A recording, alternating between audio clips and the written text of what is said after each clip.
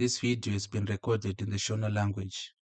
If you are interested in this video but you do not understand the Shona language, you can check in the comments section.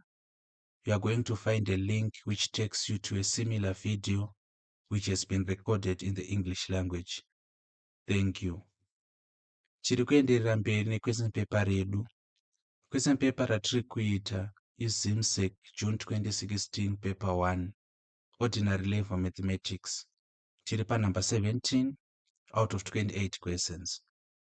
Number 17 iri kuti the scale of a map is given as 1:250,000.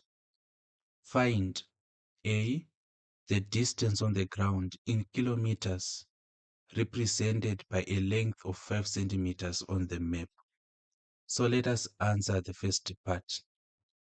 But we need to understand before to answer what that scale represents. So scale yedu yakanzi 1:250,000. So we should know that 1 centimeter on the map iri kurepresenta 250,000 centimeters on the actual ground. But tikatarisa A yati titsvage the distance on the ground, but in kilometers, represented by a length of 5 centimeters on the map. Satogona kutanga calculate that distance on the ground in centimeters. Answer yedu tozoiconverta to kilometers because the demands of the question are kuda kuti tiexpress the answer yedu in kilometers. So let us do as that. We know from our scale kuti 1 centimeter iri kurepresenta 250,000 centimeters. The question now is, how about a length of 5 centimeters? 5 centimeters inenge chirepresenta x centimeters on the actual ground. Saka these are our statements of proportion. Saka we discussed about this, but let us just reiterate. Kuti kana tichinyora ma statements of proportion, we should make sure kuti our first statement is true. Ichokwadi is given by the scale. Kuti 1 centimeter on the map is representing 250,000 centimeters on the actual ground. Then the second statement should be our question. Question yedu iri kuti find the distance on the ground represented by a length of 5 centimeters on the map. And true to that, our second statement, which is this one, iri kuti 5 centimeters inombo representa ma centimeters mangani on the actual ground. 5 centimeters per map pedu ambori ma centimeters mangani on the actual ground. So tanyora ma statements of proportion edu are correct. Let us now solve the proportion. Solving the proportion manje takati, we are going to write it as 1. Then we put a division line panapa 5. Then we replace my semicolon equal sign. Then we do the same kunoku 250,000 over x. It is chanetsi because we are going to apply the method of cross multiplication panapa. And what the method of cross multiplication entails, inotiudza kuti 1e, which is a numerator, it will multiply with this denominator x, it's equal to, then this 5 is going to be multiplying with what? With this 250,000. Saka panapa 1 times x gives us x, and we need to find what 250,000 multiplying 5 gives. So it's 5 times 0, then another 0, another 0, a 0 here. 5 times 5 is 25, so 5 we have a 2 here, and 5 times 20, 10 plus 2 is 12. Whatever kuti we have 1,250,000 centimeters.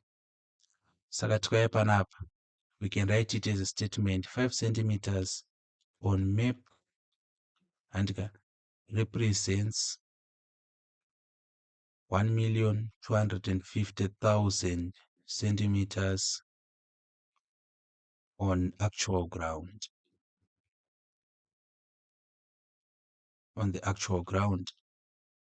Kana muchirangarira zvanga zvitaura kweseni yedu iri kuda kutipe our answer in kilometers. Kureva kuti hondo yatava nayo yava yekukonvheta 1,250,000 centimeters into kilometers. Tinoita sei? Saka regai titonyora as a subheading. Now we need to convert, or rather we are converting 1,250,000 centimeters into kilometers. Saka toda converter from centimeters to kilometers. There are many methods we can employ. So kuna shandisa methods akawanda in this conversion. But inini zvandoda kuita, ndoda kushandisa yandinoti conversion chain. So mashandiro anoita conversion chain ndeyekuti toda kubva pacentimeter tichienda kukilometer. But tichibva pacentimeter tichapfuura nepameter, then from meter we go on to the kilometer. So panapa tofunga kuisa a figure. That figure iri kurepresenta the number of centimeters we have in a meter. Vanhu vazhinji happen to confuse or happen to not know kuti we have 100 centimeters in a meter. Saka kuti urangarire kuti mu1 meter mune 100 centimeters, just imagine inonzi meter rule iyai kana kuti meter ruler. Marula anoshandiswa nematicha yaya inenge iri 1 meter, inenge iri zvakare 100 centimeters. So we have 100 centimeters in a meter. Then of course we have 1,000 meters in a kilometer. Kureva kuti if we multiply 1,000 times 100, we are going to find the number of centimeters we have in a kilometer. Saka what is 100 times 1,000? It's 100,000. Saka tine 100,000 centimeters in 1 kilometer. As conversion yatoda kuita, toda kuconverta from centimeters to kilometers. Tiri kubva from a low degree unit of measure tichienda to a high degree unit of measure. Kureva kuti we happen to, or we have to divide. And in this case we are dividing with 100,000 centimeters. Saka kana ndichiti a low degree unit of measure, kuri kuti macentimeter madiki relative to a kilometer. Saka kana tichibva kuzvidiki tichienda kuzvihombe tichadivide. Kana tichibvawo kuzvihombe tichienda kuzvidiki tichamultiply. Kana usina kunyatsokunzwisisa panapa, you can indicate in the comment section. Ndogadzira video rinotsanangura maconversions. Here I'm just going to assume kuti manzwisisa. Kureva iko kuti kana tiri panapa manje tinenge takuti this number 1,250,000 tichaidivide na 100,000.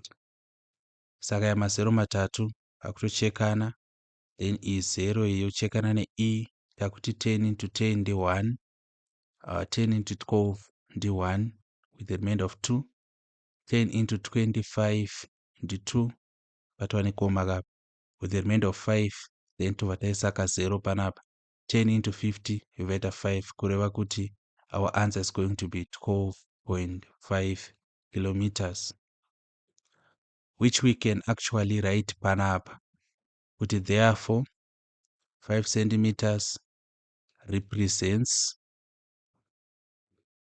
12.5 kilometers. Forgive me, ndaisa percentage sign panapa. Let us remove it. Tiise masigns akanaka kilometers. This reminds me kuti kumaths titori nano kuti usiye maunits. Kana usingatozivi maunits siyana nawo.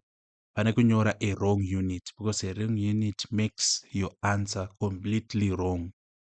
Yet in other sciences, kusatonyora maunits is regarded as a cardinal sin.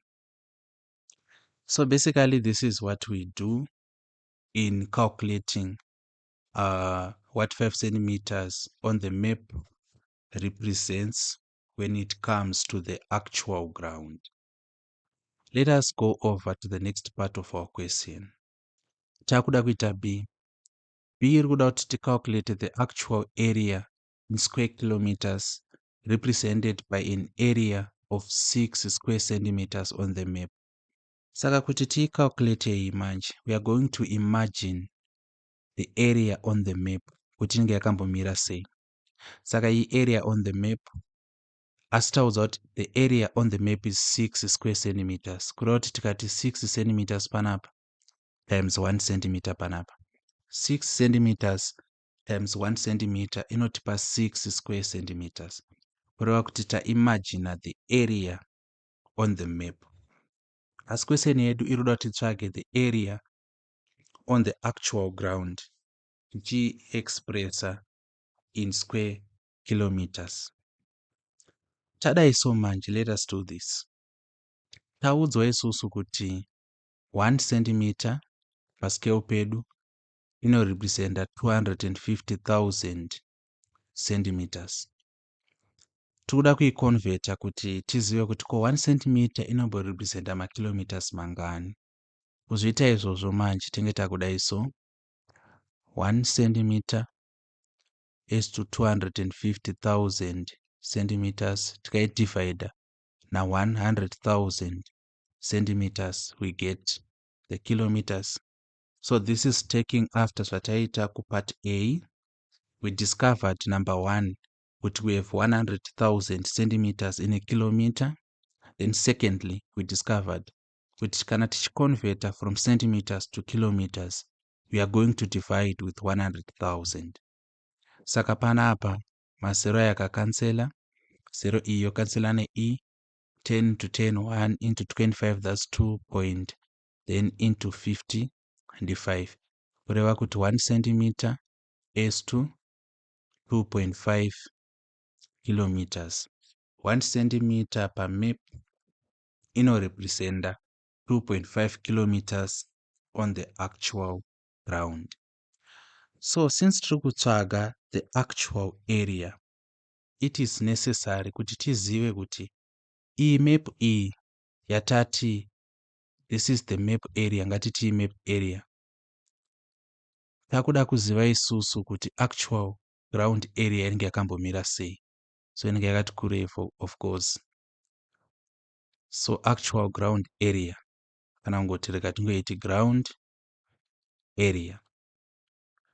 Saka ground area yedu mawaniro atichaita ndeyekuti tiri kuda kuziva kuti 6 centimeters idzi dziri pamap dzinorepresenta how many kilometers per ground. But taudzwa isusu manje kuti 1 centimeter iri kurepresenta 2.5 kilometers. Kureva kuti 6 centimeters dzinenge chirepresenta x kilometers. Then tanyora mastatements edu proportion correctly. First statement iri true. Then the second statement ndo yatiri kutsvaga. So it's 1 over 6 equal to 2.5 over x. Then tika cross multiplier, we are going to get 1 multiplying x equal to 2.5 multiplying 6, of which x is equal to, what is 2.5 multiplying 6? 6 times 5 is 30, with a 3 here, 6 times 2, 12, 13, 14, 15, 1. Saka here we have 15 kilometers. Kureva kuti panapa tichanyora 15 kilometers. Zviri kuitika pano ndezvekuti tadiscover kuti 6 centimeters dziri pamap dziri kurepresenta 15 kilometers per actual ground. Then of course 1 centimeter per map ichauya ichirepresenta 2.5 kilometers per actual ground. Izvi tangozviwana pascale pedu. Saka since taane this actual ground area iri kuti 15 kilometers multiplying 2.5 kilometers, let us do this. Tichauya panapa tobva tati actual ground area, the actual ground area iri equal to 15 multiplying 2.5. Saka here with a 0, 2 times 5 into 10, 1 here, 2 times 1 into 2 plus 1 becomes 3, 5 times 5 into 25, 2 here, 5 times 1, 5, 6, 7 becomes 7, add the 2, it's 5, 7, 3, kureva iko kuti with 1 decimal place, saka our final answer is 37.5 kilometers squared. Then get final answer yedu. I feel that I have to explain again zvandaita part B.